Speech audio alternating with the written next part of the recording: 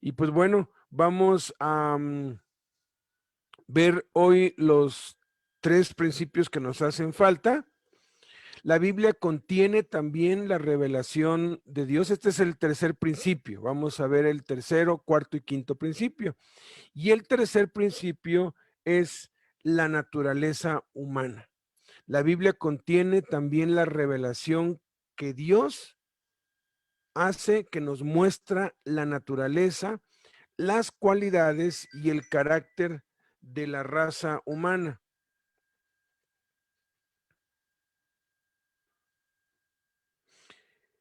Incluso cuando no se dirige específicamente a los padres y a los hijos, hay pasajes que tratan los elementos básicos de la naturaleza humana, que tienen relación directa con la enseñanza de la crianza de los hijos y hablan de nuestras necesidades, los efectos del pecado y la necesidad de disciplina y corrección. La verdad es que si no hubiese caído el hombre, no habría pecado en el mundo, no habrían todos los complejos hábitos, traumas, no había todos los malos hábitos que pues venimos arrastrando desde niños. Todos hemos sido en cierto modo víctimas de la herencia. Muchos de los defectos de carácter que nosotros manifestamos, los manifestamos porque así es como así es como nacimos, porque heredamos eso. 23 cromosomas de nuestro papá, 23 cromosomas de nuestra mamá, y uno ya nace con ciertas tendencias. El Salmo 51 dice, en pecado me concibió mi madre. No que un bebé sea pecador, nacemos en pecado, no porque desde el vientre de la madre estemos haciendo maldades. Tenemos que reconocer que el cometer algún pecado no nos hace pecadores. Pecamos porque somos pecadores. Hay que distinguir la diferencia entre pecado y pecados. Pecados son los actos, las cosas malas que hacemos. Un bebé recién nacido no puede hacer ninguna cosa mala. De hecho, está imposibilitado para siquiera hacer cualquier cosa mala, cometer cualquier acto de pecado.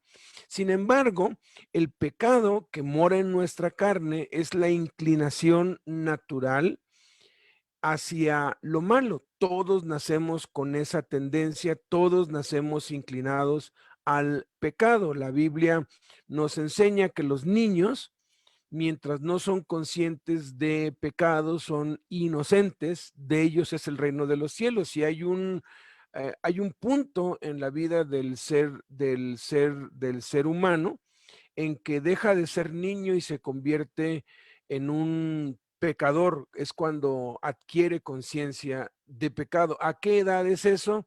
Es algo que no podemos saber, pero hay algunos niños que a los 5 o 6 años por la corrupción dejan de serlo. Hay otros que a los 13, 14, 16 años, legalmente a los 18 años, un niño deja de ser niño, deja de ser un menor y se convierte en un adulto.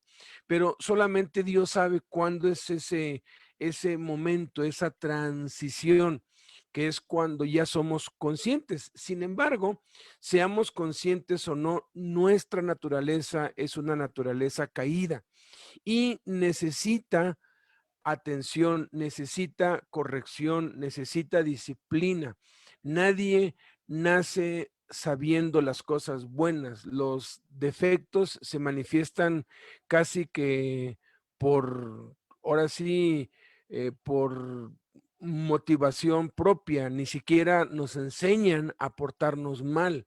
Nacemos con esa inclinación, pero tenemos que aprender a portarnos bien. Entonces, este tercer principio es muy importante entenderlo porque todos, padres e hijos, todos sin excepción, tenemos la misma naturaleza. Las filosofías dicen que todas las acciones son determinadas por nuestro ambiente. Contradicen la enseñanza bíblica de que cada persona es creada a imagen de Dios y es responsable por sus propias decisiones y preferencias. La creencia humanística en la bondad esencial de la humanidad conduce a puntos de vista muy indulgentes o permisivos sobre la educación y no son compatibles con la escritura. Siempre las filosofías van a ir en contra de lo que la Biblia dice. La enseñanza que les dicen, ten sexo, pero cuídate, ¿no? Eso está muy de moda. Ahorita hasta reparten condones para evitar el gobierno, para evitar el SIDA, que es principalmente uno de los factores importantes en la adolescencia, en la niñez, en la juventud de nuestros hijos y crean problemas de salud, ¿no? Y muy graves, lo que es el papiloma humano, lo que es el cáncer cervicouterino y todo eso se está reflejando y está acabando con nuestra sociedad juvenil. Entonces, la filosofía realmente no cabe con lo que Jesús nos enseñó, ¿no? Enseñar a nuestros hijos principios bíblicos, que ellos crezcan a través de la Biblia, que la Biblia sea quien rija su vida. Y el regir la vida de nuestros hijos es, mira, tienes que guardarte hasta tu matrimonio, tienes que llegar virgen, tanto hombre como mujer, a tu matrimonio, que el día que tú conozcas a tu esposo o a tu esposa sea en el acto de la boda, ¿no? Cuando están en su luna de miel. Entonces, nos damos cuenta que no es lo que debe determinar nuestra vida, el regir, el enseñar a nuestros hijos, el ambiente que se crea en las escuelas, en los hogares, en las familias.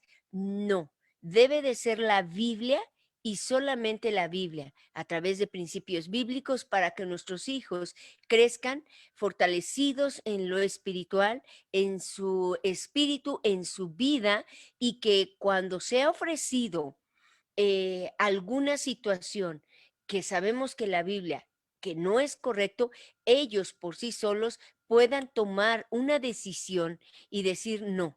Yo quiero hacer las cosas como Dios quiere que yo las haga. Entonces, necesitamos tener muy claro que principalmente lo más importante es que nuestros hijos crezcan a través de principios bíblicos.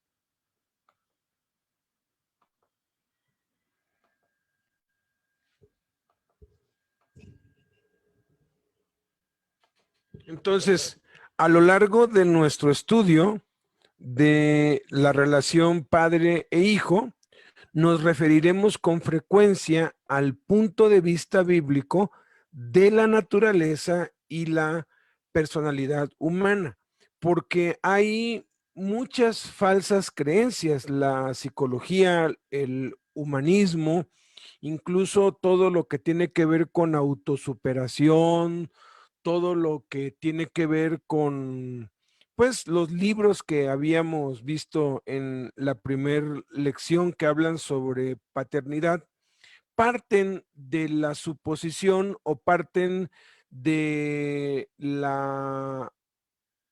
asumir que los seres humanos somos buenos, que en esencia somos buenos, pero que conforme vamos caminando, conforme vamos avanzando en la vida, nos vamos haciendo malos. Y no hay nada más equivocado ni nada más errado que eso. ¿Por qué? Porque si partimos de una contradicción con lo que Dios dice, entonces pues vamos a estar errando, vamos a estar equivocando el rumbo desde el origen. Jesús le dijo a sus discípulos, si ustedes siendo malos saben dar buenas dádivas, buenas cosas a sus hijos, ¿cuánto más vuestro Padre que está en los cielos dará cosas buenas a los que le pidan. Fíjense cómo Jesús le dijo a los discípulos que andaban con Jesús, que andaban las 24 horas del día con él, que estaban conviviendo con él. Ustedes son malos y eso no nos gusta.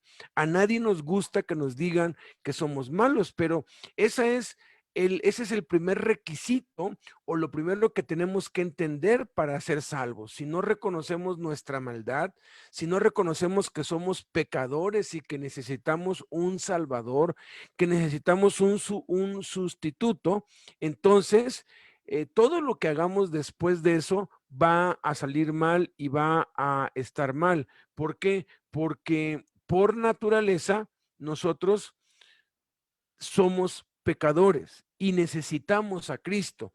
El quitar este principio de la naturaleza humana es quitar a Cristo de la fórmula, es quitar a Cristo del escenario. Por eso es que hay muchos cursos de valores, hay muchos cursos de buenos principios y se enseñan. Y sí, son principios muy buenos, son valores muy buenos, pero si Cristo no está allí, porque como pues el ser humano enseñan, pues es por naturaleza es bueno, en esencia es bueno, pues no necesita de un salvador. Entonces, si no necesita de un salvador, basta con que simplemente se porte bien y aplique los principios y los valores y con eso basta. Pero no es así. Necesitamos a Cristo. Jesús lo dijo contundentemente con estas palabras: separados de mí, nada pueden hacer. Y siempre queremos repetir y enfatizar a través de este curso de la paternidad. Sin Cristo no podemos, sin Cristo no podremos, sin Cristo estamos destinados al fracaso. Entonces, Cristo debe ser el centro, la razón, nuestra naturaleza humana. Nuestra naturaleza debemos de tener siempre bien claro que nuestra naturaleza humana caída siempre está inclinada a hacer el mal. Se relaciona directamente con nuestra paternidad en el sentido de que debemos nosotros incluirnos en la educación.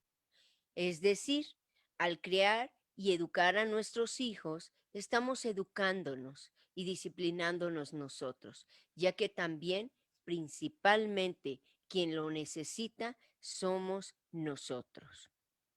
Entonces, si nos damos cuenta que nuestra naturaleza es caída y que estamos inclinados a hacer el mal, porque es así, nos guste o no nos guste, siempre estamos inclinados a hacer el mal. ¿Qué es esto? Discutimos, peleamos, hacemos errores que hacemos que nuestros hijos no crezcan como quisiéramos que crecieran en un ambiente alegre, en un ambiente contento. Yo leía un libro cuando decía, cuando tus hijos los eduques, no los eduques en una burbuja que piensen que todo es felicidad, que realmente ellos sepan que a veces uno discute, que a veces uno tiene problemas. Y si es cierto, efectivamente, uno no puede evitar que ellos no escuchen cuando uno pelea, pero sí podemos evitar peores situaciones que a veces, lamentablemente, en nuestros matrimonios se llegan a presentar. ¿Por qué? Porque estamos inclinados a hacer el mal. Entonces, aquí lo que nosotros principalmente debemos incluir en la educación de nuestros hijos, principalmente es que nosotros somos los primeros que debemos de disciplinarnos. Nosotros debemos de empezar a poner reglas en nuestro campo. Nosotros debemos de poner nuestras reglas. ¿Qué es esto?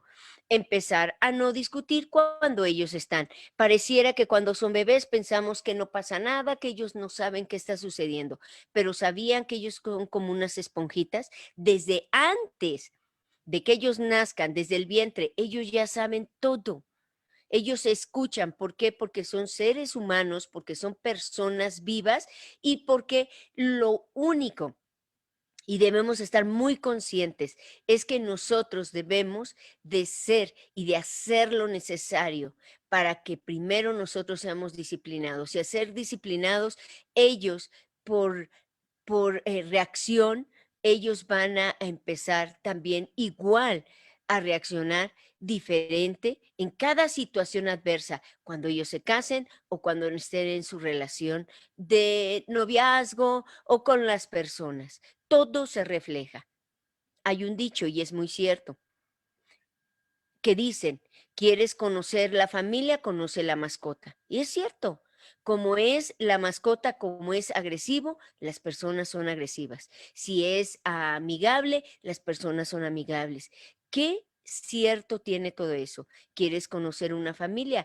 Entra, conoce a los hijos. Tú conoces y hablas con un niño y sabes lo que está viviendo en el hogar.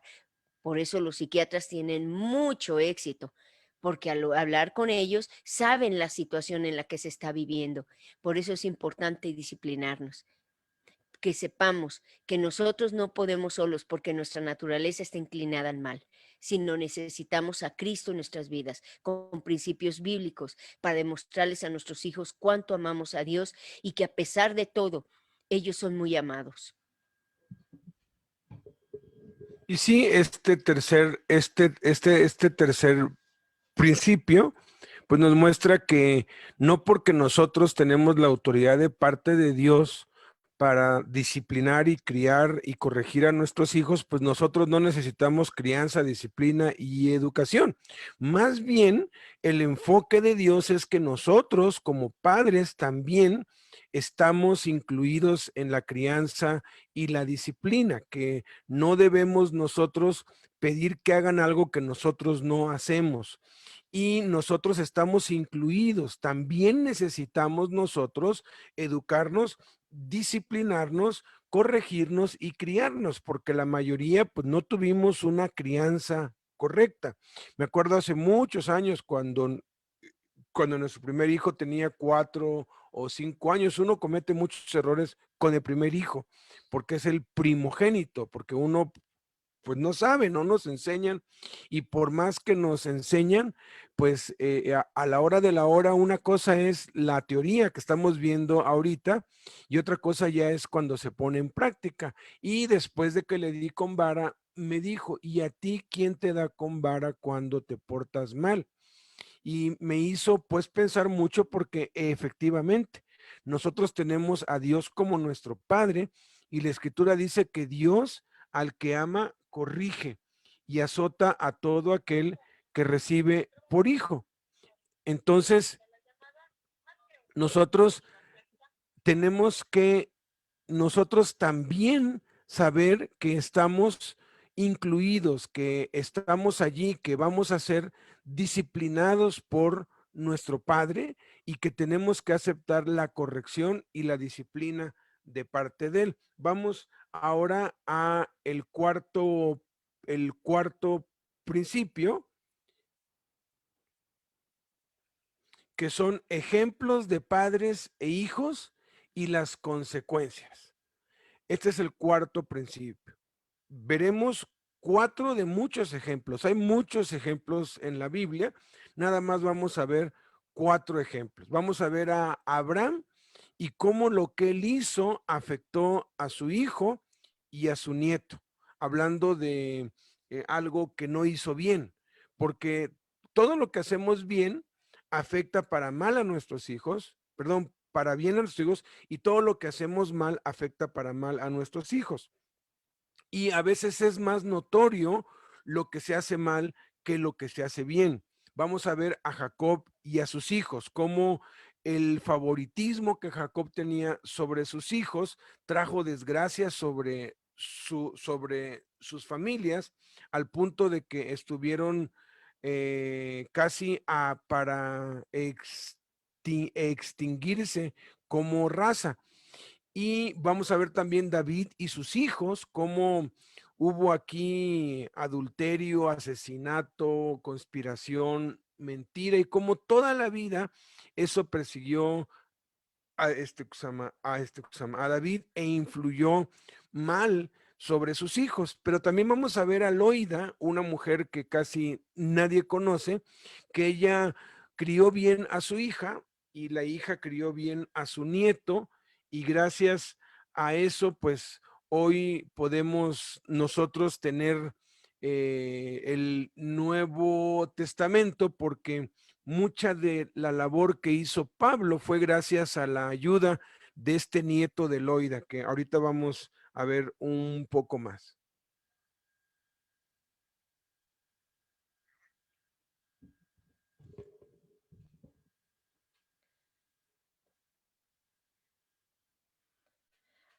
Bueno, el primero vamos a ver a Abraham, ajá, su hijo Isaac y su nieto Jacob, que se repitió el mismo pecado, la mentira. En Génesis 12, 10 al 13 dice, hubo entonces hambre en la tierra y descendió Abraham a Egipto para morar allá, porque era grande el hambre en la tierra. Y aconteció que cuando estaba por entrar en Egipto, dijo a Sarai, su mujer, he aquí, ahora conozco que eres mujer de hermoso aspecto. Y cuando te vean los egipcios, dirán, su mujer es, y me matarán a mí, y a ti te reservarán la vida. Ahora pues, di que eres mi hermana, para que me vaya bien por causa tuya, y viva mi alma por causa de ti. Si nosotros vemos que este principio, esto que hicieron, que fue Abraham y que hizo una mentira, porque a fin de cuentas, miren, a fin de cuentas la Biblia nos relata que en sí no fue una mentira, porque sí era su hermana, pero era de otra mamá, ¿ok? Era de otra mamá, pero ¿saben cuál es el hecho? ¿Cuál es lo importante aquí? Es la actitud de que él quería mentir. Tan fácil era decir, es mi hermana, mamá de otra mamá, yo soy de otra mamá, ella es de otra mamá. Era muy fácil decirlo, pero a esa mentira estuvo a punto de que un rey, de que un gobernante iba a caer, iba a pecar delante de Dios y todo el pueblo iba a tener las consecuencias por tomar a una mujer hermosa. Y cuando se entera, se enoja esta persona y le dice, ¿por qué nos mentiste? Tú querías que deliberadamente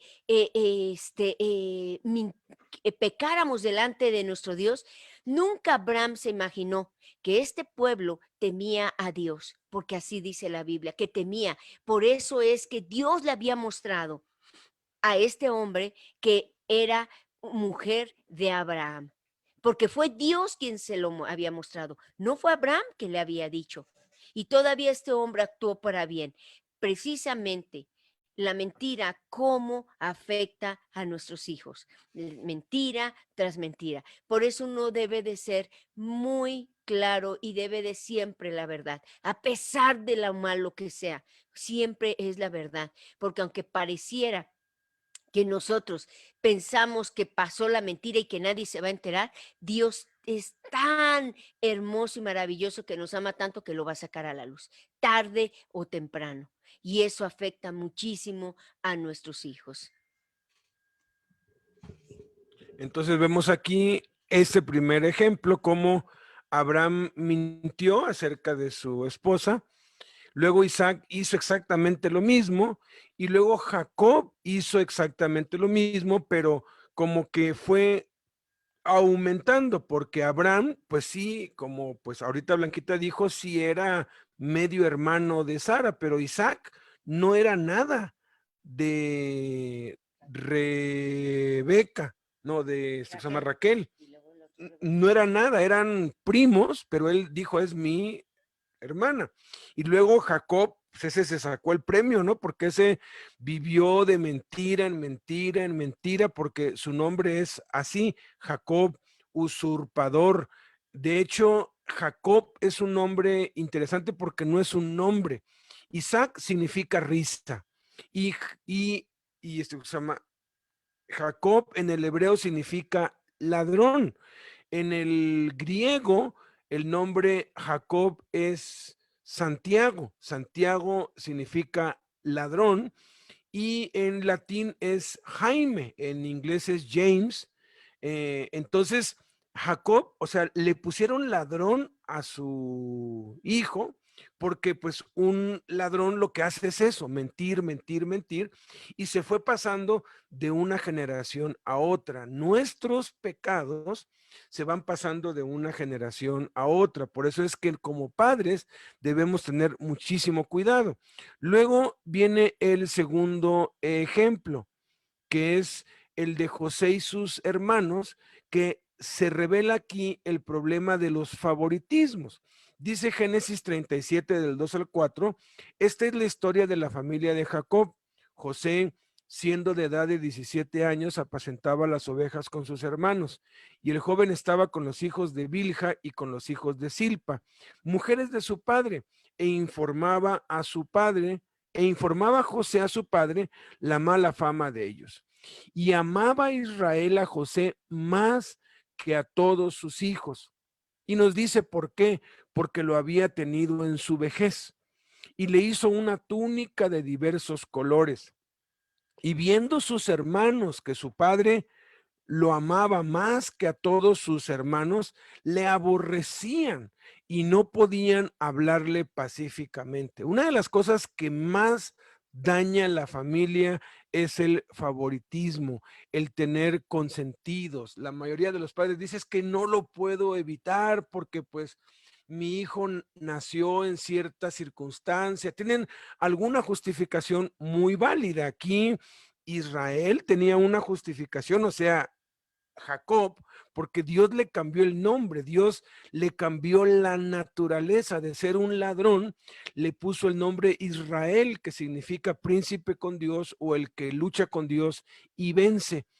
Y sin embargo, Israel, que antes era Jacob, cometió el terrible error, y es el terrible error que muchos padres cometen y que a través del curso vamos a ir nosotros aplicando estos ejemplos y estos principios a todo lo que vamos a ir viendo. Y una de las peores cosas es esta, el favoritismo, tener un consentido.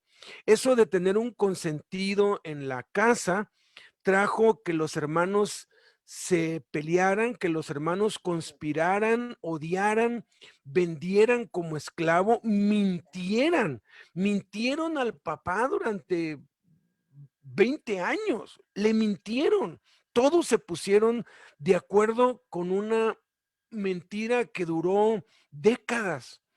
Luego uno de ellos cometió incesto con su nuera y empezaron a venir cosas terribles por el favoritismo, por tener un consentido. La verdad es que no debe ser así. Si alguien tiene más de un hijo, tiene 2 o 3 hijos y se inclina más hacia uno de ellos, tiene que considerar esto, tiene que orar, tiene que pedirle a Dios que le dé de su amor, porque Dios ama a todos por igual.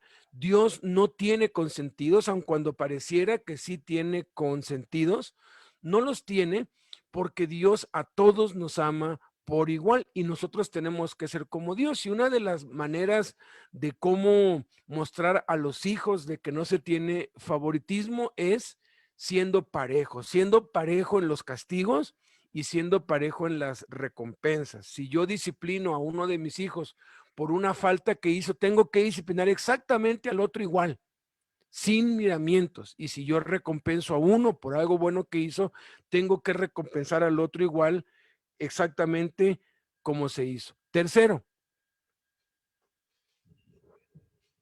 Tercer principio, no, tercer ejemplo. perdón, tercer ejemplo, David y sus hijos muestran frutos de adulterio y asesinato. En segundo de Samuel 11:1 y 6 al 27, miren, escuchen lo que dice la Biblia y que nos relata la historia. Aconteció al año siguiente, en el tiempo que salen los reyes a la guerra, que David envió a Joab y con él a sus siervos y a todo Israel.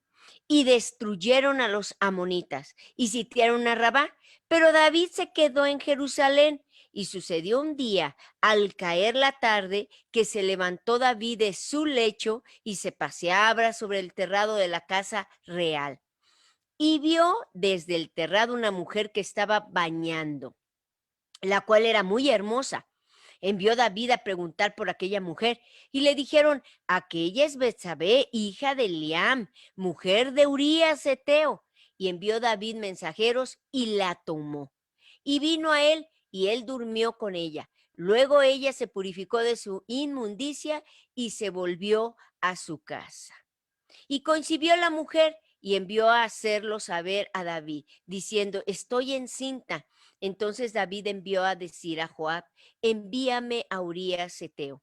Y Joab envió a Urías a David. Mas esto que David había hecho fue desagradable ante los ojos de Jehová.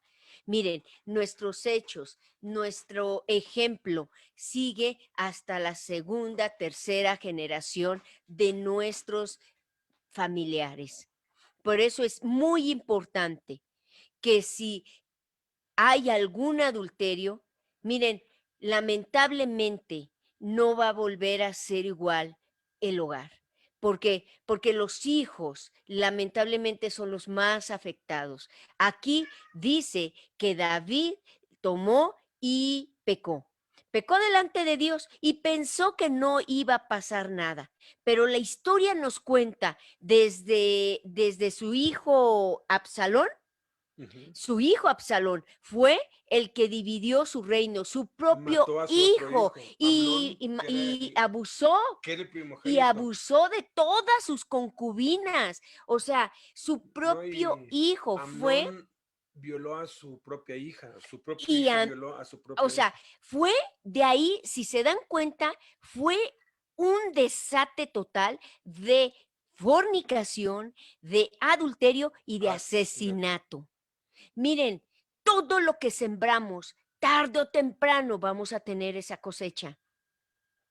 A Dios, lamentablemente, no porque es Dios o porque sea malo, no, porque nuestros hechos, nuestros frutos, lamentablemente los vamos a tener que tragar, porque esa es la palabra. Queremos un hogar bien, después de hacer mucho daño, queremos que todos camine bien, pero lamentablemente nos va a doler toda nuestra vida. Y llegó a David. David nos cuenta la historia que jamás su reino fue igual, jamás se levantó. Desde ahí jamás se levantó su reino. Él sufría, él se lamentaba porque su hijo, su favorito, porque tenía favorito, era Absalón. Uf, si a Absalón le pasaba algo en la guerra, si no le pasaba, aunque le pasara todo el ejército, no había problema. Para él todo estaba perfecto. Todo, su reino, su gobierno, sus generales, todo se le había volteado. Por eso los ejemplos los tenemos muy claros. Si uno tiene deseo de pecar, si uno tiene de adulterar, mira, piensa todas las consecuencias y pensemos todo el daño que se va a cometer a los hijos. Y los hijos es nuestra siguiente generación. Por eso es tan importante esta clase, porque de ellos depende el futuro, la sociedad y las familias venideras.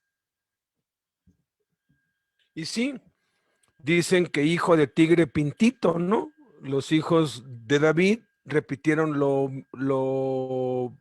mismo, Salomón repitió lo mismo, Roboam repitió lo mismo, el reino se dividió y pareciera que estamos condenados por los pecados de nuestros padres o que condenamos a nuestros hijos con nuestros pecados, pero siempre que estudiemos sobre la paternidad o sobre cualquier otra cosa, siempre hay que tener a Jesucristo en el centro.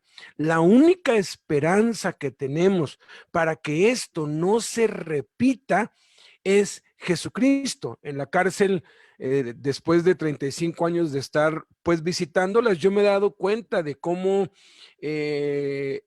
los hijos repitieron lo mismo que los padres. Me encuentro a veces a quienes están presos de una cuarta o quinta generación, que el papá era delincuente, el abuelo era delincuente, el bisabuelo era delincuente, y todos estuvieron presos y todos acabaron presos.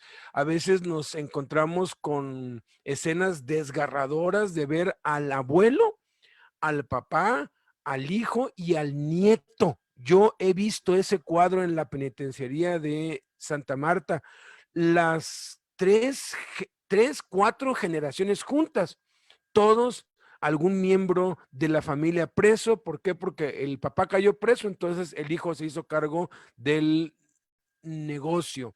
Y luego el hijo cayó preso y el nieto se hizo cargo del negocio. Y los hijos de los delincuentes siguen haciendo lo que hacían los padres. Es como una maldición, ¿no? Si el papá era estafador, el hijo lo es, y eso se va repitiendo vez tras vez, tras vez, tras vez. Yo cuando tenía 8 años, mi papá cuando estaba borracho, me exhibía y me presumía con sus cuates. Y siempre decía algo parecido a esto. Él es Alberto, decía. Mi tatarabuelo Alberto era parrandero y mujeriego. Mi bisabuelo Alberto era parrandero y mujeriego. Mi abuelo Alberto, parrandero y mujeriego. Mi papá, parrandero y mujeriego. Yo, parrandero y mujeriego. Y mi hijo va a ser parrandero y mujeriego. Y sí, desde el tatarabuelo habían sido parranderos, o sea, les gustaba la fiesta, nunca estaban en la casa, siempre andaban pata de perro en una fiesta y en otra, todo el tiempo en parrandas, en borracheras, en fiestas, todo el tiempo les encantaba la fiesta, y con una mujer y con otra y con otra y con otra y con otra y con otra y con otra. ¿Qué creen que yo empecé a hacer desde los 15 años? Empecé a ser parrandero y mujeriego. Llegué a los 18 hastiado, porque cuando mi papá pues se dio cuenta, estaba pues feliz de que yo fuera un borracho, de que yo fuera como él, y yo hasta participaba de lo que él hacía, y todos mis amigos me tenían envidia porque me decían, wow, tu papá te deja hacer lo que sea, tu papá te da permiso de todo, te emborrachas con él, van con mujeres juntos, wow, qué padre. Pero la verdad es que por dentro yo estaba destruido. Y por eso es que intenté quitarme la vida 3 veces, porque no aguantaba más. Uno no puede vivir de ese modo. Uno piensa que, tengo libertad. Eso es libertinaje y eso únicamente conduce a la muerte. Pero repito, la única esperanza es Jesucristo.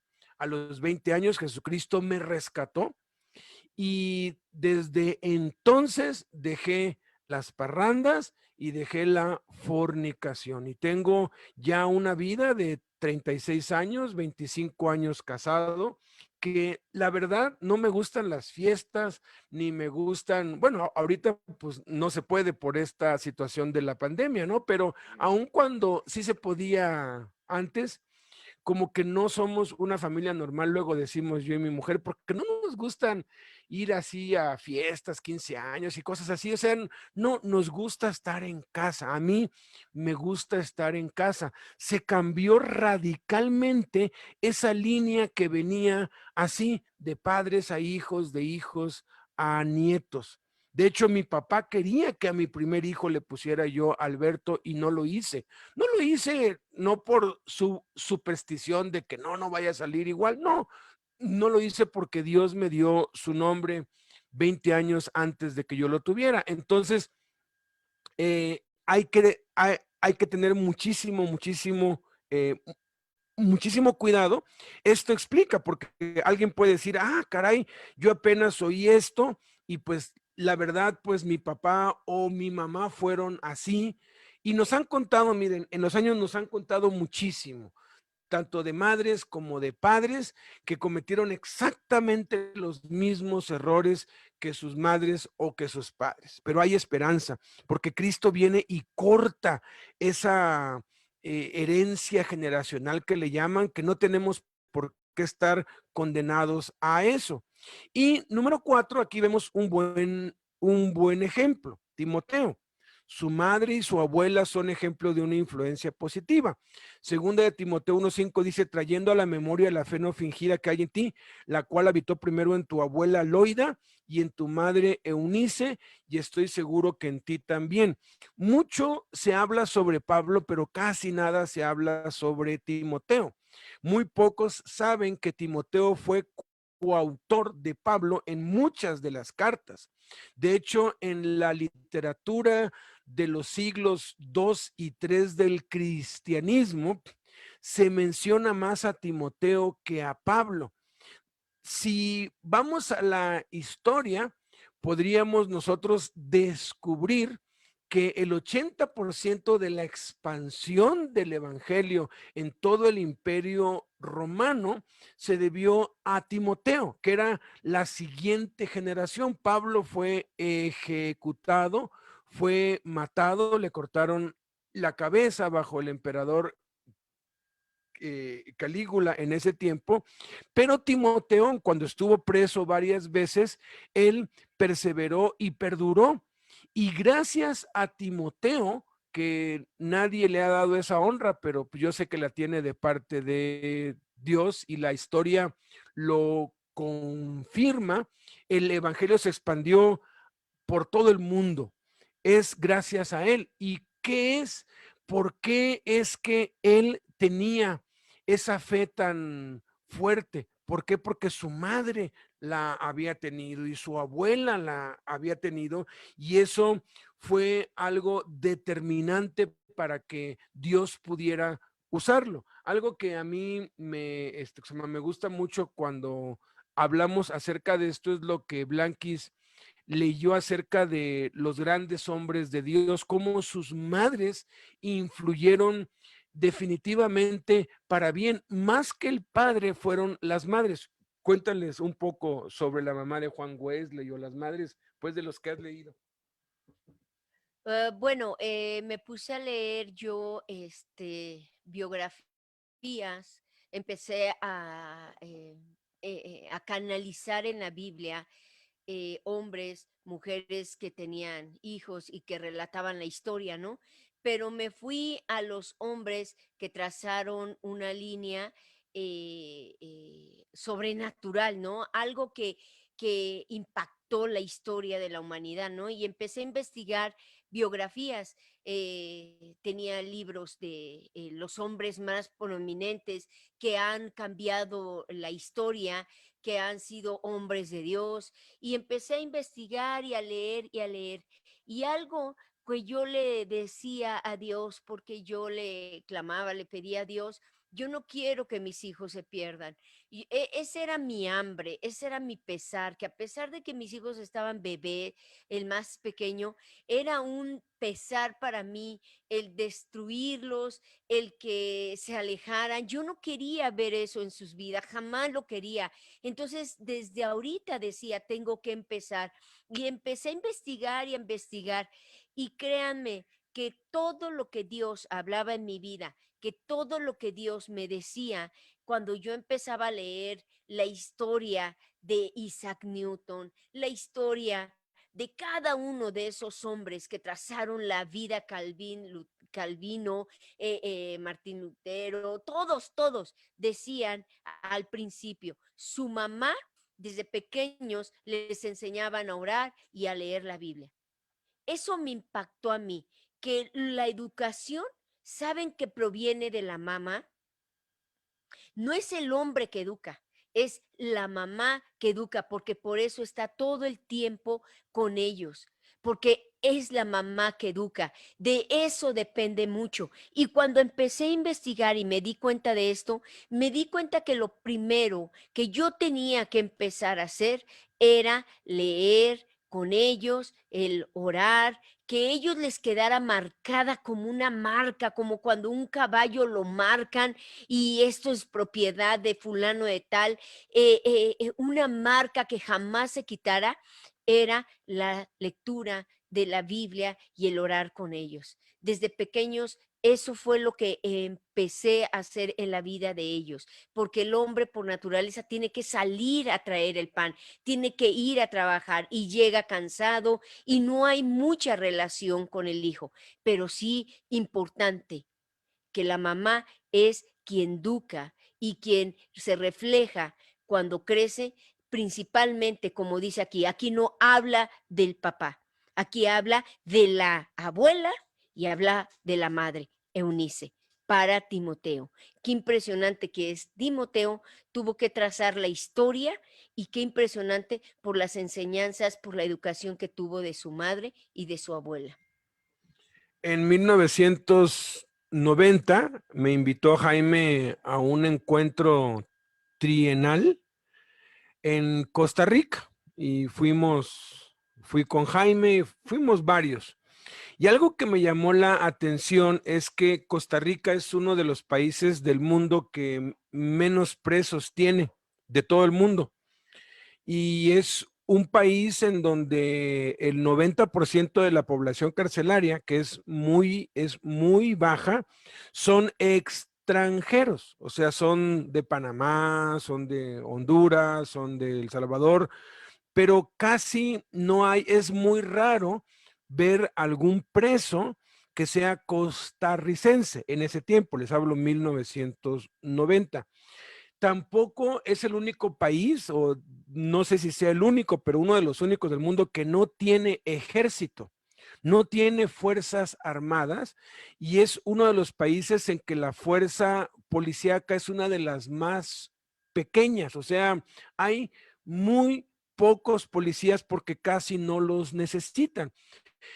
Hablando con la familia que nos hospedó, eh, pues era, oye, pues, cómo, cómo es posible que aquí los índices de delincuencia sean tan bajos, casi nulos? Hablo de 1990, hace 30 años.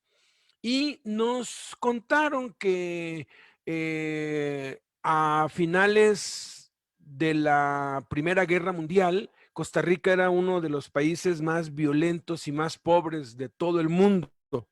Entonces subió al poder un presidente con muchísima visión y planteó esto. Él dijo, esto no se puede hacer ni en 6 años, ni en 12. Tenemos que pensar a largo plazo, mínimo a unos 15 años. Estamos hablando de 1930. Y él tuvo una meta para cumplirse hasta 1950, le iba a tomar 15 años, y la iniciativa que tuvo fue el enviar a cada hogar, porque esto es algo que todo el mundo sabe, la mujer, la madre pasa del 80 al 90% del tiempo con el hijo, con los hijos. Quien realmente educa a los hijos, y es interesante que aquí en la Biblia nos muestra la influencia no de un papá o una mamá, sino la influencia de una mamá y una abuela. Entonces, lo que este hombre hizo fue que capacitó durante unos 3 años a trabajadoras sociales que luego las envió una vez por semana, las envió a cada hogar de cada costarricense a pasar 6 horas toda una mañana con la madre, con la ama de casa, para enseñarle principios de civismo, educación, principios de honestidad, principios, valores, que si bien sin Cristo no duran, porque pues ahorita pues Costa Rica no es el modelo que fue de 1950 a cerca del año 2000, ahorita ya se descompuso totalmente todo, pero el punto es este, que sí funcionó. ¿Por qué? Porque la nación se levantó, se volvió uno de los principales países de Centroamérica, su economía pues se levantó y la delincuencia casi acabó, porque los consejos de las madres son determinantes sobre los hijos. Un ejemplo mío, si algo, si algo mi mamá me enfatizó y me repitió miles de veces era que la marihuana y la droga eran malas. Entonces yo jamás probé ni la marihuana ni cualquier droga, aun cuando yo convivía con amigos que todos fumaban droga y todos usaban coca y todos, pues yo no lo hacía nunca, por eso que me habían, desde niño, mi mamá me había inculcado. Y pregunto yo, ¿por qué no me inculcó más cosas? Cuando yo estaba hablando acerca de esto en una cárcel, se acercó conmigo Lorenzo García. Él es misionero en Nayarit y me dijo, yo fui drogadicto, ratero, asesino, fui de todo en la vida, pero jamás toqué a una mujer porque mi mamá desde niño me decía, hijo, a las mujeres las tienes que respetar y a las mujeres no las tocas y no las engañas y no abusas de ellas y le recalcó tanto. Y yo pienso, bueno, si lo que una madre recalca a un niño es algo que determina la vida adulta del niño, ¿por qué no le recalcan todo? ¿Por qué no le recalcan a Cristo? ¿No? Japón, por ejemplo, es uno de los países con el índice de honestidad más alto. Allí nadie roba. ¿Por qué? Porque desde niños las mamás les dicen, hijo, robar es malo, lo que no es tuyo es de otro, y les enseñan ese principio de la honestidad en los hogares. Hoy en Japón casi nadie está preso por robo. Uno puede ir al tren, llevar su bici o su moto, la dejan sin candado y nadie se la roba. Es rarísimo que alguien robe. Sin embargo, es uno de los países con más alto índice de fornicación, de promiscuidad sexual y de suicidios. Yo digo, bueno, si una mamá le enseña al hijo que no robe y funciona, ¿por qué no le enseña también que no fornique, que no adultere, que no mienta, que no sea deshonesto y tantas otras cosas? Pero se necesita a Cristo para esto. Entonces, en este país, en México y en Latinoamérica, por lo general lo que pasa acá se replica pues por allá. Desafortunadamente, 40% de los hogares establecidos hay una madre soltera. El papá no está. Y en muchos hogares donde el papá está es un cero a la izquierda que no hace nada. Hay esperanza porque la madre puede ser el eje determinante para que los hijos puedan andar por el buen camino. Ahora veamos el quinto principio. La quinta y última fuente de información del ser padre es la gran cantidad de textos que se tratan de relaciones interpersonales. La Biblia está llena de consejos respecto a nuestras relaciones con otros. Y la mayoría de estos pasajes contienen principios que se aplican directamente a nuestras relaciones con los hijos. Aquí, este quinto principio, vamos a ver consejos sobre las relaciones padre e hijo. Son consejos que, por ejemplo, la Biblia dice en Proverbios 15:1, la blanda respuesta quita la ira, mas la palabra áspera hace subir el furor. ¿Qué tan importante es el tener esa convicción, ese consejo de que si mi papá y mi mamá mi papá era un adúltero, era un celoso, golpeaba a mi mamá. Ahora, yo siempre decía, yo no quiero esto en mi hogar. Yo lo que más le pedía a Dios era un hombre fiel. Eso era lo que más, porque sabía que mi papá era un borracho de primera, un adúltero de primera y golpeaba a mi mamá por celos, ¿no? Entonces, cuando yo no vi en él algún grito, yo no lo vi. Él era muy pasivo, pero tenía todo esto. Mi mamá siempre trató de encerrarse, la golpeaba y todo, y salía toda despeinada y golpeada, pero nosotros chiquitos decíamos: "Mamá, ¿qué te pasó?". "Nada, me caí". O sea, siempre trataba de que nosotros no fuéramos parte de esos actos tan terroríficos que ella vivió, ¿no? Entonces, cuando uno se da cuenta que en el hogar lo que más impera, lo que más afecta también es la ira, ¿no? El que nosotros somos hirientes, de que a lo mejor en el hogar o de parte de ella o de parte del esposo o de la esposa siempre hay ira, ¿no? Gritería, malas palabras y los hijos se afectan mucho, ¿no? Entonces, el primer consejo sobre una relación de padre a hijo, lo vamos a ver. Y el primero. Sí, que es hablarles con suavidad y ternura, no ásperamente, acerca de lo que comentaba hace un rato. Si bien la madre es quien lleva la educación de los hijos porque pasa más tiempo con ellos, una madre que no tiene un esposo, que no tiene un hombre de Dios a su lado, pues no va a ser apta, no va a poder hacerlo bien porque es el orden que estableció Dios. El Cristo es cabeza del hombre, el hombre es cabeza de la mujer y la mujer es cabeza de los hijos. Entonces, depende mucho del hombre, por eso las madres solteras deben hacer un pacto con Dios y tener a Jesús como marido, tener a Jesús como esposo, porque Él es el mejor esposo.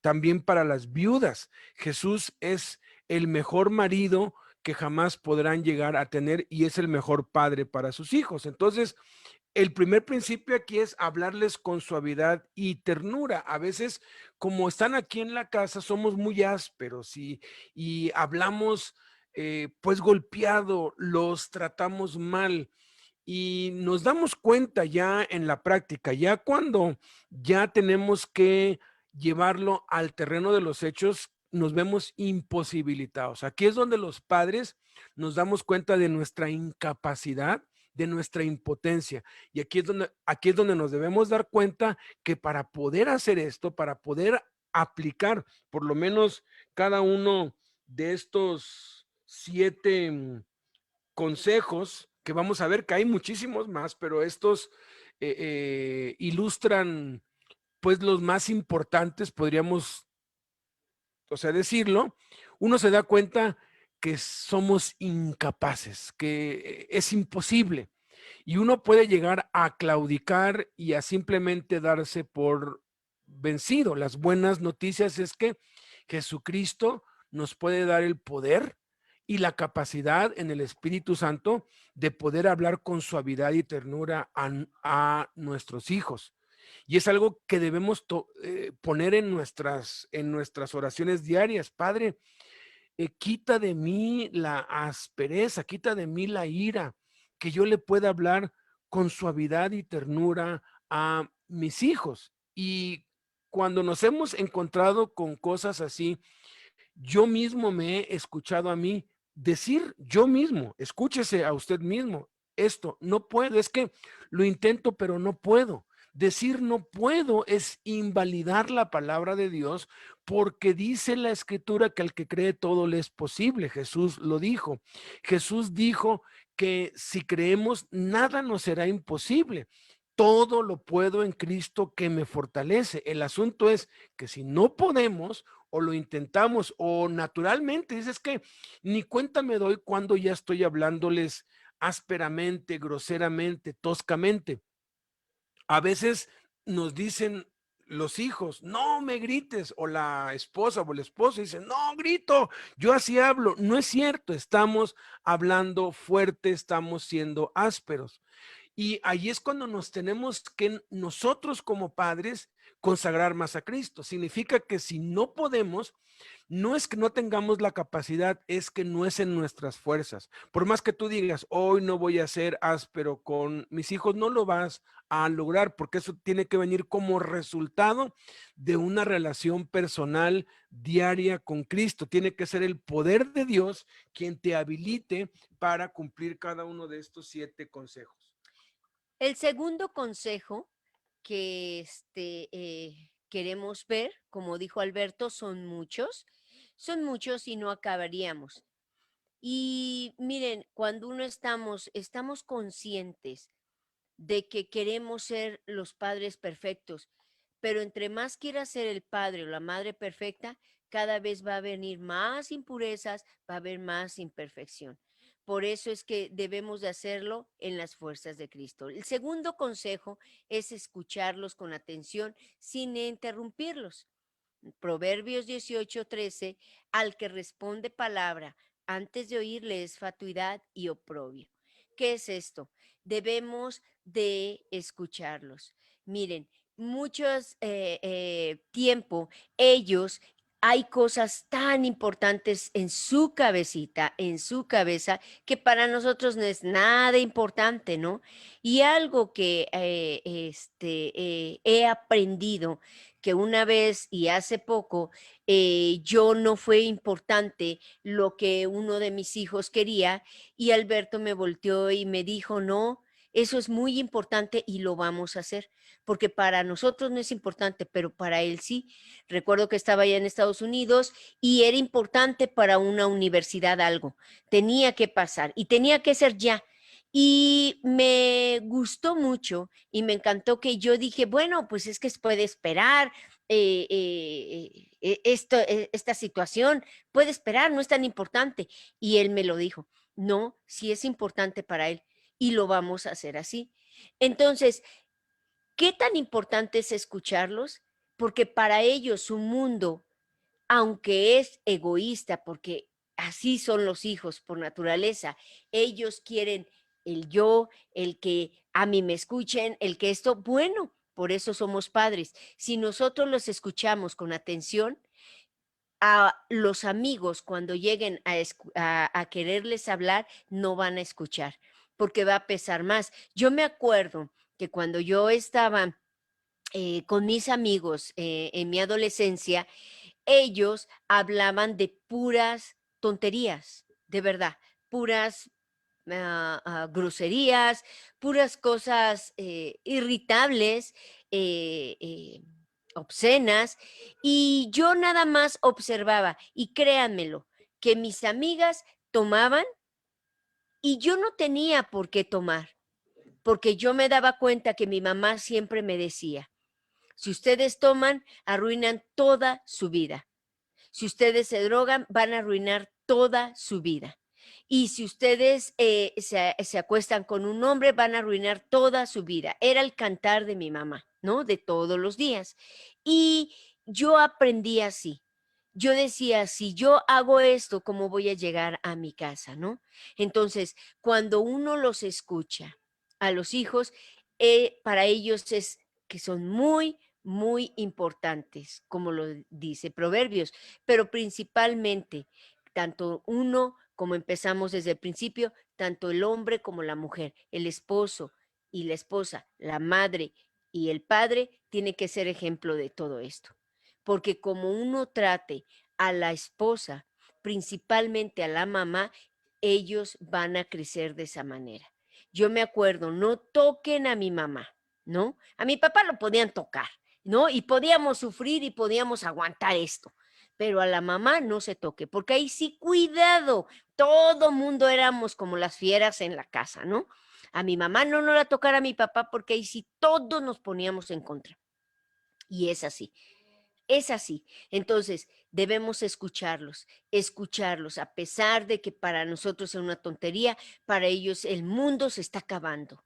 Debemos de verlo de esa manera, que es muy importante y debemos de cumplirles. Si escuchamos, debemos de ayudarles, apoyarles en lo que ellos quieren. Yo siempre aprendí que mi papá siempre quería que nosotros estudiáramos, que nosotros sacáramos una carrera. Pasó la situación de que mi mamá, mi papá cayó con cáncer terminal de 3 meses de vida y tuvimos que hacernos en la fábrica. Y tuvimos que estar ahí para ayudarle durante esos meses que Dios le dio la vida, fue uno de los milagros.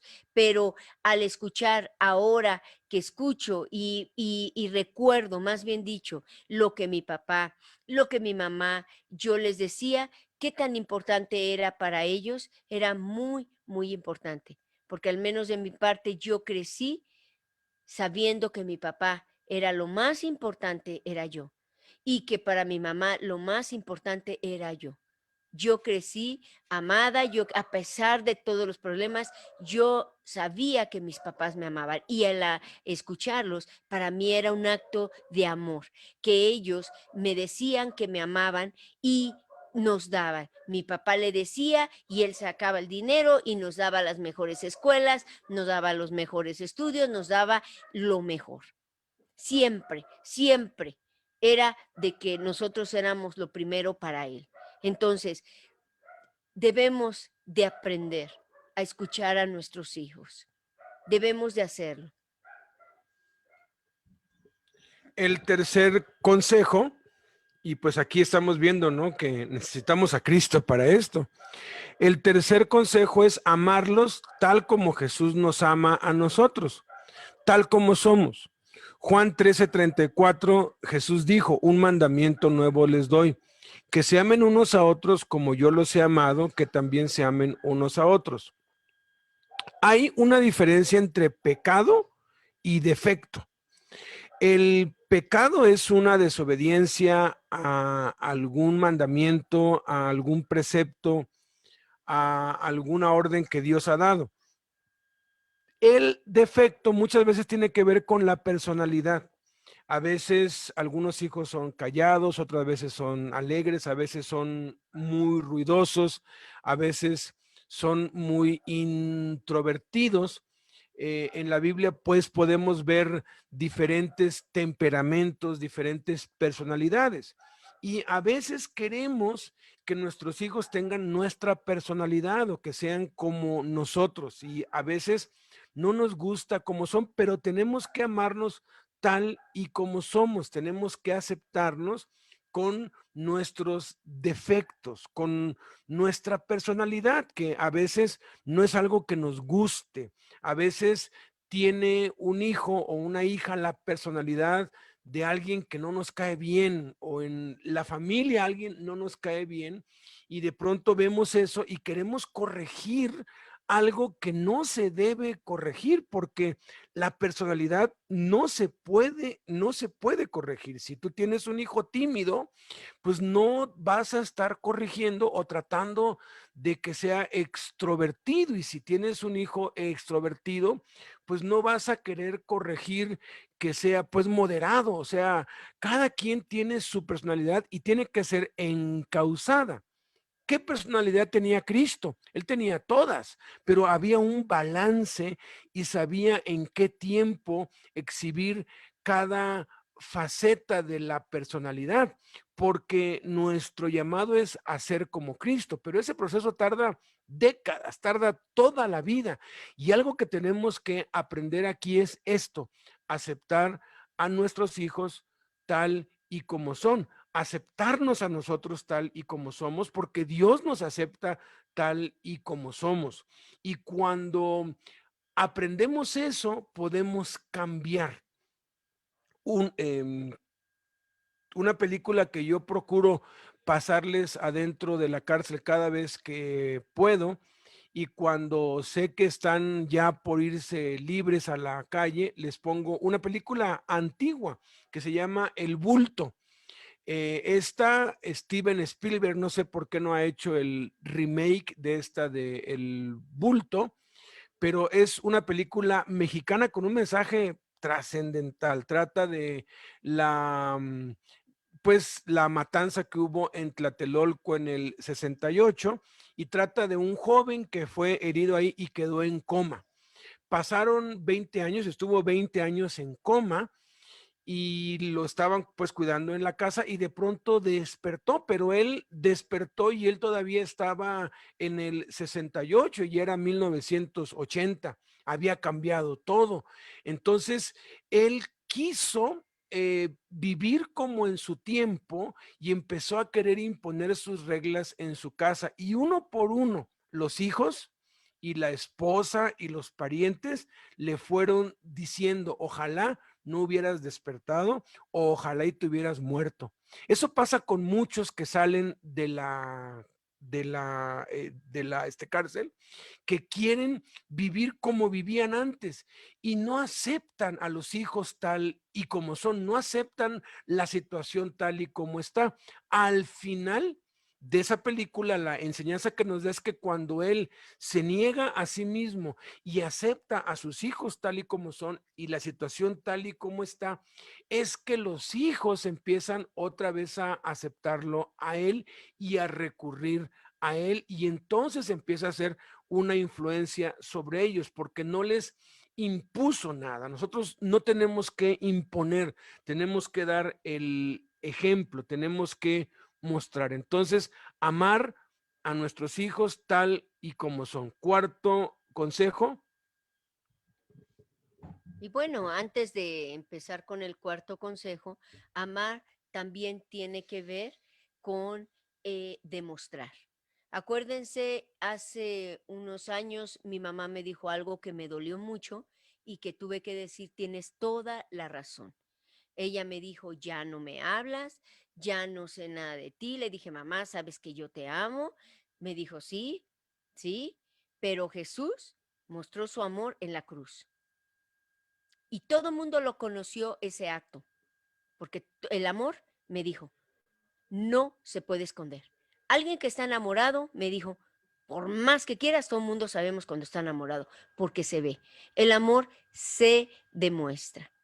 Entonces, amarlos tal como ellos son, es en todas las decisiones que ellos tomen cuando ya están en preparatoria, en universidad, y que sepamos que es para bien de ellos una carrera, por ejemplo, que a nosotros no nos agrada, eso es amarlos, apoyarlos en las buenas y en las malas, decirles que los amamos, ¿no? No nada más es el que ellos supuestamente sepan, sino que también tenemos que hablarlo, tenemos que decírselos todos los días. Y el cuarto, el cuarto consejo es restaurarlos con mansedumbre cuando se les descubra sus faltas. En Gálatas 6, 1 al 2 dice, hermanos, si alguno fuere sorprendido en alguna falta, ustedes que sois espirituales, restáurenle con espíritu de mansedumbre, considerándote a ti mismo. No sea que tú también seas tentado. Sobrelleven los unos las cargas de los otros y cumplan así la ley de Cristo. ¿Qué es esto? Debemos de restaurarlos con mansedumbre. Cuando uno comete un error y te sientes que quieres desaparecer del planeta Tierra, ¿no? Y que tú quisieras y la gente te acusa y la gente te tiene y te pone y te recuerda la falta que hiciste y te sientes tan mal que lo único que quisieras es un amigo o una amiga, alguien que te diga solamente, estoy contigo, ¿no? Lo mismo pasa con ellos, es restaurarlos. Ellos cometen errores y ellos van a cometer errores. Hace poco, como un año, uno de mis hijos cometió un error en la universidad, al grado de que tuvo que perder una carrera. Y fue por error de él. Yo estaba muy molesta cuando me enteré. Yo sí me sentí muy mal. Yo quería casi, casi hasta decirle lo que no, ¿no? Y decirle, no, estás mal. Pero me recordó Alberto y me dijo, tiene que ser con amor, porque si no lo hace, él fue abierto. Él nos dijo que estaba a punto de perder esto, estaba a punto por las malas amistades. tomar malas decisiones. Y efectivamente íbamos en el carro, nos lo llevamos en los dos, platicamos con ellos sin que escucharan los otros, para no apenarlo. Y estuvimos con él platicando, llorando, y en ese momento lo entendí. Yo hubiera querido acabarlo, yo hubiera querido haberle dicho hasta lo que no, pero yo me entendí y dije, ¿qué hubiera pasado si a mí me hubiera pasado eso? Es solamente con mansedumbre, con amor, cuando se le descubra sus faltas. En Gálatas 6, del 1 al 2 dice, como lo leímos, si alguno fuere sorprendido, que tuviéramos alguna falta, que a los que son espirituales, dice, restáurenle con espíritu de mansedumbre. O sea, considérate a ti mismo, no sea que yo también sea tentada o tú seas tentado de lo mismo y llevemos, ¿qué es esto? Nuestros cargas, nuestros dolores, nuestros sufrimientos los unos a los otros y cumplamos así la ley de Cristo, porque eso es lo que Cristo quiere. Acuérdense que la ley de Cristo es Mateo 5, 6 y 7. Ahí viene toda la ley de oro que le llaman La regla. la regla de oro, la llaman los historiadores, todo mundo la conoce como la regla de oro. ¿Y saben en qué se resume todo eso? Mateo 5, 6 y 7. Lo resumió Cristo de esta manera. Haz con los demás como te gustaría que te hicieran. Eso es todo. ¿Cómo quieres que te traten? Trata. ¿Cómo quieres que te escuchen? Escucha. ¿Cómo quieres que te amen? Ama. Eso es todo. Esa es la regla de oro. Esa es la ley de Cristo.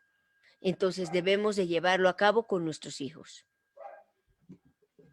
El quinto consejo que se nos da es hablarles siempre con la verdad, nunca con mentiras. Dice Efesios 4:25, por lo cual, desechando la mentira, hablen verdad cada uno con su prójimo, porque somos miembros los unos de los otros.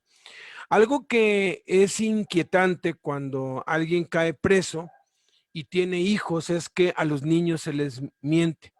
No, pues, y tu papá está en la universidad, está en la fábrica, está en el trabajo y tenemos que irlo a ver, pero los niños crecen y tarde o temprano se van a enterar, y una cosa que destruye el corazón de los hijos no es tanto el hecho de que el papá esté preso, es el hecho de que se enteran por otros medios del papá que estuvo preso.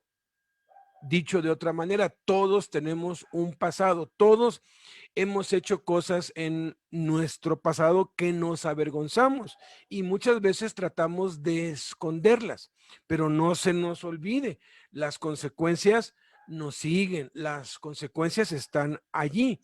¿Qué tenemos que hacer? Pues tenemos que decirles la verdad a los hijos. A mis amigos yo les digo, mira, si a tu hijo le han mentido, tiene 3 años, 4 años, háblale, explícale, no tienes que darle detalles, no tienes que decirle todas las cosas con detalle, qué es lo que hiciste, ni siquiera tienes que decirles el delito por el cual estás, pero sí le puedes decir la verdad en amor, como lo hacía Cristo, porque Cristo le dijo la verdad a la mujer samaritana, pero se la dijo en amor, con tacto. Entonces, lo que aprendí de ellos, aprendí de uno, Juan Mendoza Santiago, por ahí de 1996, es que habló con sus niños, él tenía 3 niños, uno de 3, uno de 4 y otro de 6 años, y les dijo, hijos, este lugar a donde ustedes vienen no es una fábrica, no es donde yo trabajo, este lugar es la cárcel. El niño de 3 y el de 4 como que no entendieron, pero el de 6 empezó a derramar, eh, a derramar lágrimas, porque ya sabía que le estaban engañando, que lo estaban mintiendo. Y les dijo, desafortunadamente yo defraudé. Yo estoy aquí por fraude. Él estaba allí porque había secuestrado y había hecho un montón de otras cosas, pero Dios le mostró que podía para no lastimar, para no entrar en detalles, les dijo, yo estoy aquí por fraude, yo defraudé a Dios haciendo cosas que no debía y por lo tanto defraudé a tu madre y los defraudé a ustedes también y por eso les pido perdón y le pidió perdón al de 6 años por haberle mentido y les dijo, y yo quiero que ustedes me vean como un ejemplo de lo que no se debe hacer y a partir de hoy voy a tratar de ser un padre responsable, lo que no fui cuando yo estaba allá fuera. Y la vida de este hombre cambió, pudo sacar adelante a sus hijos, los pudo educar bien. Han pues pasado muchos años pues después de eso y pudo sacar adelante su vida, su familia y aplicó esto, pues. Yo he cometido, yo como padre, yo tuve un pasado también muy malo, hice cosas horribles, pero no tengo por qué entrar en detalle, pero sí tengo que hacerle saber a mis hijos los errores que yo cometí, porque tarde o temprano ellos se van a dar cuenta. Entonces, tenemos que hablar con la verdad, nunca con mentiras. Sexto consejo. El sexto consejo es reconocer nuestros errores y hacérselos saber a ellos. En Santiago 5:16 nos dice, confiesen, confiesen sus ofensas unos a otros y oren unos por otros para que sean sanados. Reconocer nuestros errores no nos hace débiles, reconocer nuestros errores nos hacen fuerte. Lamentablemente somos seres humanos. Lamentablemente, como lo vimos, nuestra naturaleza pecaminosa está en nosotros. Y por más que queramos, por más, siempre el mal está inclinado en nuestras vidas para hacerlo, a toda costa, a toda costa. Entonces, si uno reconoce delante de ellos los errores, miren, Dios va a sanar sus corazones. Uno piensa que uno no debe de hablar con los hijos por los errores, ¿no? Uno los comete. Lamentablemente sí tiene mucho, mucho que ver.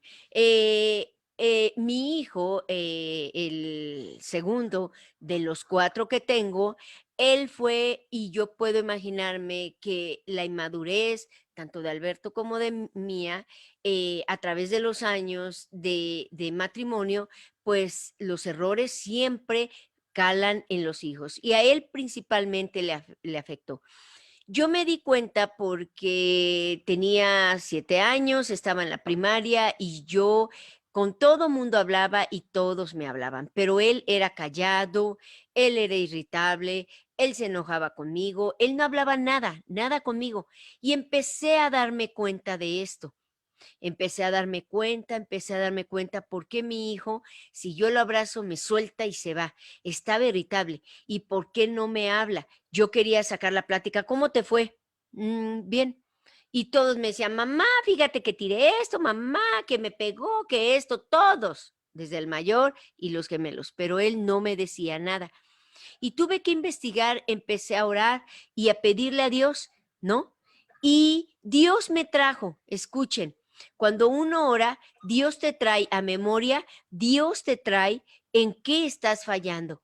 Y me dolió mucho mi corazón porque me trajo escenas a mi vida recordando cuánto le había lastimado yo a él, cuánto había lastimado su corazón. Y yo pensaba que no pasaba.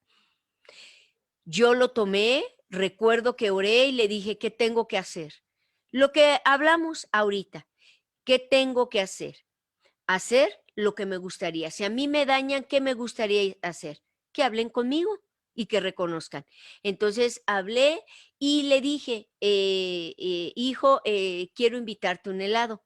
Y dejé a los demás con su papá y me fui, me lo llevé, lo recogí en su, de su escuela, del camión, y le dije, yo quiero hablar contigo.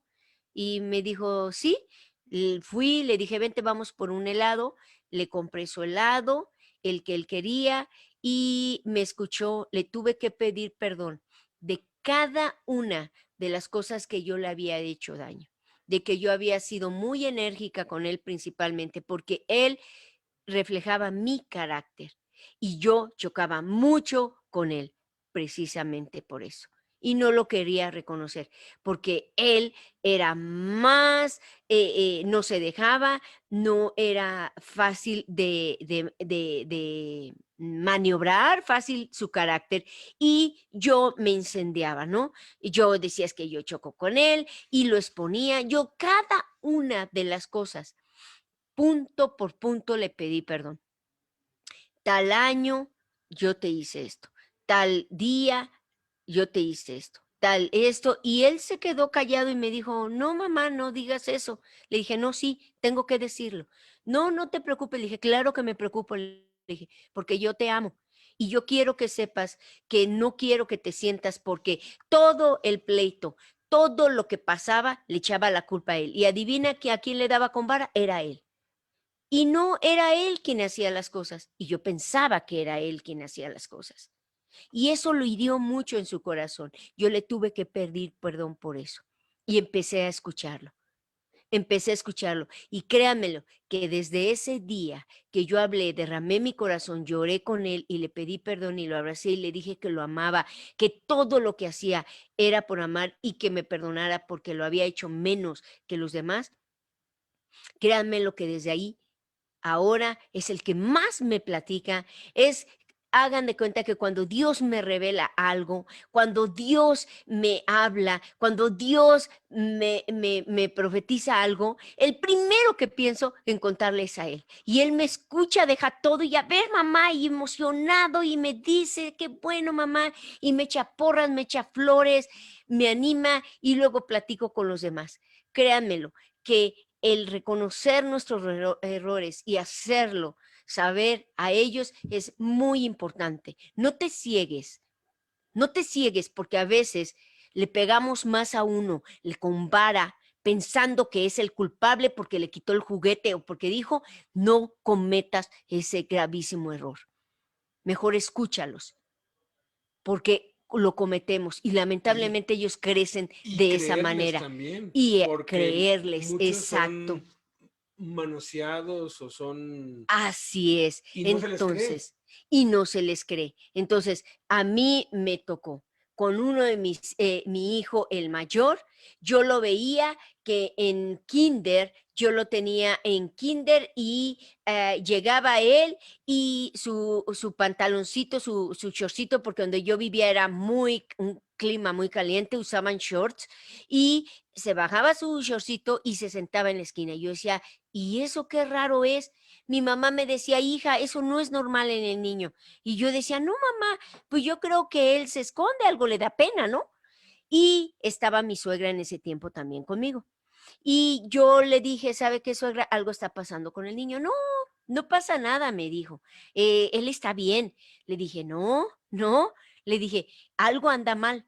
Y fui y hablé, miren, créanme, lo que me ponía afuera del kinder y como estaban las ventanas, se oían los gritos de los niños, yo empecé a investigar, empecé a orar y esto para mí fue muy fatal porque yo dije, no, esto es un acto de que esta maestra está haciendo algo que no es agradable, algo que no, y Dios quiere evitar que mi hijo sea abusado sexualmente. Y lo saqué del kinder, ¿eh? No me importó que él perdiera ese año. Y mi familiar me dijo, no, ¿cómo crees? Es que tú no debes de creerle todo. Le dije, ¿cómo que no? ¿Cómo que no debo creerle? Si no le creo, imagínate quién le va a creer. Y yo tomé la decisión de creerle siempre a mis hijos todo lo que ellos me hablaban. Y ahí comencé, lo dejé. Miren, pasaron 15 años, él ya estaba en prepa y mi hermana, una de mis hermanas, la menor, me llamó porque ella todavía vivía allá y me dijo, ¿ya viste las noticias? Y yo le dije, no, ¿qué pasó? Y me dijo, ve las noticias lo que pasó, porque toda mi familia supo de que yo lo saqué y me apoyaron. Entonces, cuando pasa, dicen las noticias que el colegio donde mi hijo, el Sendi, porque era un Sendi, donde mi hijo estaba inscrito, me dijo: "No sabes cuánto le doy gracias a Dios que lo sacaste". La maestra, hermana de la directora, durante 20 años abusó, año tras año, Sexualmente. día tras día, abusaba sexualmente de los niños. Y ¡boom! Después de 20 años, alguien no aguantó y explotó la bomba. Hasta el día de hoy, cuando yo voy a visitar a mi mamá a Huastepec, paso por esa calle y el Sendi ya está cerrado, está acabado, polviento, el anuncio está tirado, volteado. Miren, tienes que escucharlos, tienes que reconocer que cuando nosotros tenemos errores, que no los escuchamos, tenemos que pedirles perdón. Es muy importante escucharlos. Y creerles, porque a veces los niños pues, pues nos dicen cosas y nos parecen muy increíbles, pero por muy increíble, créeles. Y por último, número 7, orar por ellos periódicamente. Dice Santiago 5:16, la segunda parte, la oración eficaz del justo puede mucho. En el callado en el callado del pastor, un curso que nosotros tenemos y que está gratuitamente en la página. En la sección A hay todo un capítulo que habla sobre cómo tener un devocional, un tiempo de oración diario. Y luego hay todo una sección que habla sobre la oración, cómo ser guerreros de oración. Quien escribe eso es un hombre que dice que él oraba 7 veces al día por sus hijos. No se hincaba 7 veces en el día. Él tuvo en esos tiempos, 1800 y algo, tuvo 10 hijos. Y él mencionaba por nombre cada uno de sus hijos y más o menos conocía la necesidad principal de cada uno de los hijos y 7 veces al día oraba. Tenemos que orar todos los días por nuestros hijos, en nuestro devocional tienen que estar incluidos. Tenemos que conocer sus peticiones de oración. Nosotros tenemos la pues costumbre aquí ya de tener un boletín de oración personal en donde están todas las peticiones de cada uno de nuestros hijos y las peticiones mías y las de Blanquis, y todos oramos los unos por los otros por nuestras peticiones, y conforme vamos haciendo esto, pues vamos viendo que no es suficiente aplicar los consejos. A veces los llevas al pie de la letra y algo no está funcionando. ¿Por qué? Porque está el elemento sobrenatural, la intervención del Espíritu Santo, la intervención del poder de Dios. Si aplicamos todos los principios al 100%, pero no oramos y no está el factor sobrenatural del poder de Dios, entonces no vamos a poder nosotros tener éxito en la crianza de nuestros hijos. Entonces, con esto concluimos. Hemos visto 5 principios. El primero son órdenes y promesas a los padres, o sea, lo que Dios manda y lo que Dios promete a los padres. Vimos el segundo principio, que Dios es nuestro Padre, que así como Dios se relaciona con nosotros como padre, nosotros nos tenemos que relacionar con nuestros hijos. También vimos la realidad de la naturaleza humana, que necesitamos a Cristo porque somos pecadores y la crianza es para padres y a hijos. Vimos también los ejemplos de padres e hijos y las consecuencias, tanto buenas como malas, y consejos sobre las relaciones padre e hijos. Estos 5 principios los vamos a ver en los siguientes temas. Cada semana vamos a ir aplicando los 5 principios entremezclados en estos temas. Propósitos y objetivos de la paternidad es lo que vamos a ver la semana que entra. La siguiente vamos a ver modelos y copias del Padre Celestial. Luego vamos a entrar al mando y a la dirección de la familia. Luego vamos a ver la naturaleza humana y la familia, cómo se aplica esto, la naturaleza de los niños, lo que Dios nos muestra acerca de cómo son los niños. Luego los padres como agentes correctivos, la imagen paterna en la crianza y luego nos vamos a tomar unas 9 o 10 semanas para estudiar cómo criarlos con amor y disciplina en cada etapa, desde antes de que nazcan, cuando están en el vientre, cuando tienen de 2 a 3 años, cuando tienen de 4 a 7, luego de 7 a 10, porque en cada etapa hay que volver a empezar otra vez.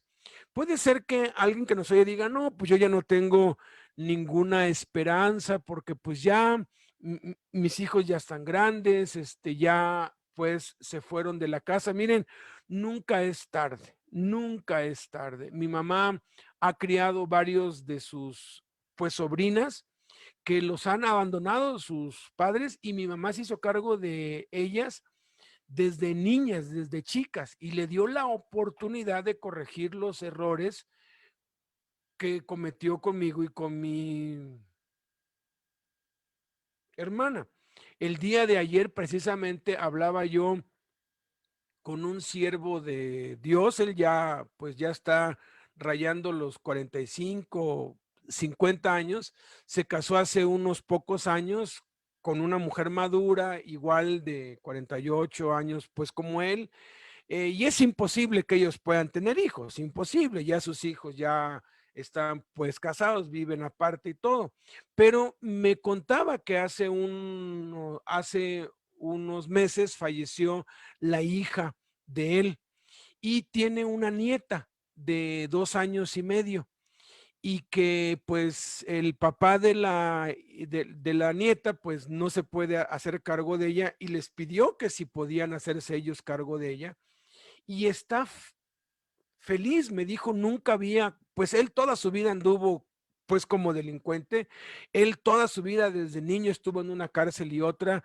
él tuvo muchas entradas, tuvo más de 20 ingresos a la cárcel que entraba y salía, casi toda su vida de joven y adulto la pasó dentro de una cárcel hasta hace como unos 10 años o 15 años que él salió y que ahora ya anda bien, pero me decía, que ahora está experimentando lo que es ser padres, porque tienen una niña que van a tener que criar de 2 años y medio. Y le pedí, le dije, mira, escucha lo que estamos enseñando, porque ustedes como abuelos pueden aplicar esto con esa nieta y pueden darle un futuro diferente. Entonces, podemos todavía influir en nuestros hijos, en nuestros nietos.